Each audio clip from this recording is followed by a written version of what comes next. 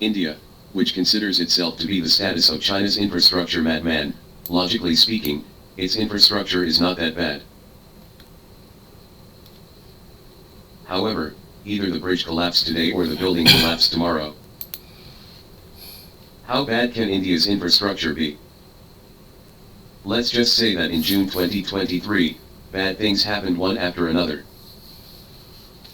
On June 2nd, a train in India derailed and collided with an oncoming train, killing at least 288 people and injuring nearly 1,000. It can be called the worst of the century. In a few days, the car crash has not been dealt with. On June 24th, the bridge that cost more than 15 billion rupees collapsed again on June 24th. Pay attention to the wording, it collapsed again. It was originally expected to open to traffic in November. It doesn't matter if the construction is slow, but the construction quality is too touching. While everyone was still studying how the bridge collapsed, the next day there was a click, and the train hit another place. But this time it was okay, it hit a freight train and 12 cars derailed. Only one person was injured. Some netizens said, if you can take the Indian train to reach your destination alive, it depends on your cultivation and luck. But in India, accidents like bridge collapse and car crashes are not news at all because they are too frequent. According to statistics, in 2020, there will be as many as 13,000 train accidents in India, resulting in nearly 12,000 deaths. By 2021, it will soar to 18,000. In the past 10 years, 260,000 people lost their lives in railway accidents alone. Calculated, more than 70 people were randomly taken away every day on the railway. The backwardness of India's railway facilities is not only suffering from people, but even cattle. According to statistics, in 2022 alone, more than 10,000 cattle will be hit by trains in India. Let's just say that the cow, which is regarded as a sacred animal in India, is unlucky or lucky. The railway is no good, and the road is not much better. In particular, National Highway 227 in Bihar is simply a disaster scene and is famous for its extremely bad road conditions.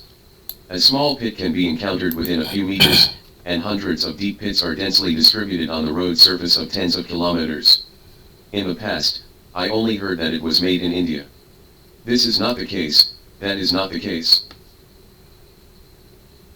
Now we are not convinced, so why is India's infrastructure so stretched?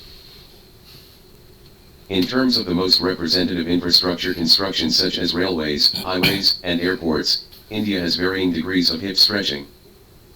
Due to the large gap in equipment technology and capital, the quality of India's infrastructure is really worrying. Even Modi, who has boundless magic power, has more than enough energy but not enough energy. The first problem facing infrastructure construction is lack of money.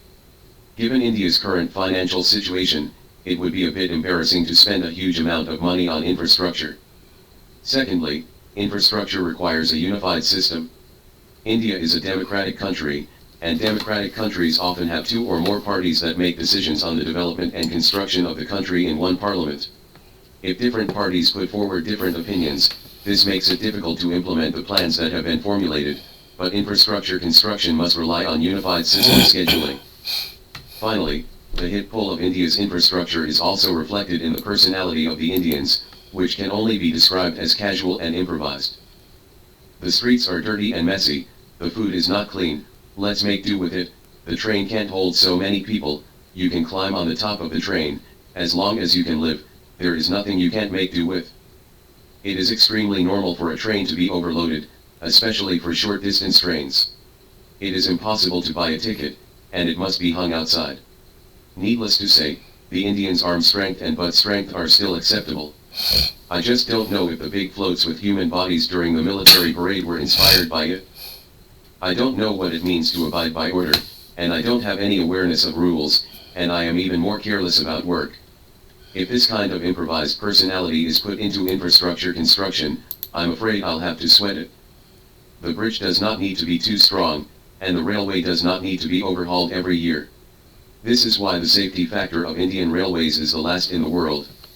So what is the gap between India and China's infrastructure? China's infrastructure is not as good as India. How did India, the number one in the universe, Do it when it beat China with 8 million road miles. Don't be in a hurry to spray. Everyone knows that we are a well-known infrastructure madman, and we are building roads everywhere, but who would have thought that in terms of which country has the most roads, India is the number one in the world. India claims that the total mileage of roads has exceeded 8 million kilometers, almost twice that of China, and beats all countries. But India's land area is much smaller than that of China. Under such circumstances, is it scientific to build so many roads? In one case, it may be that the third brother's calculation method in terms of mileage is a bit extreme. As long as it is on the road of people, the third brother can count it as a road for you. Among other things, in terms of bragging, China has indeed lost. But let's not say that there are indeed many miracles built in India. Take India's hard work, Bihar, for example. It took 8 years to build, and the only successful thing so far is to complete 2 collapses. Personally, I think this matter has nothing to do with the level of infrastructure in India, it may be God's will.